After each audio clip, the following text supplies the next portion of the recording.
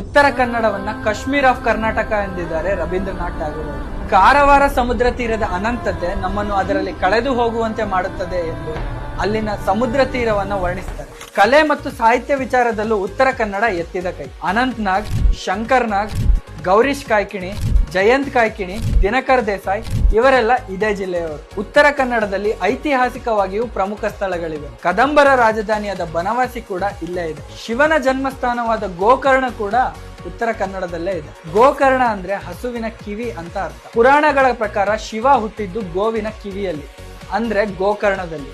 ಆದ್ದರಿಂದ ಈ ಸ್ಥಳ ಹಿಂದೂಗಳಿಗೆ ಬಹಳ ಪವಿತ್ರವಾದ ಸ್ಥಾನ. ಇನ್ನು ಮಾರಿಕಾಂಬಾ ಜಾತ್ರೆ ಯಾರಿಗ್ ಗೊತ್ತಿಲ್ಲ ಹೇಳಿ. ಇದು ದಕ್ಷಿಣ ಭಾರತದ ಅತಿ ದೊಡ್ಡ ಜಾತ್ರೆ.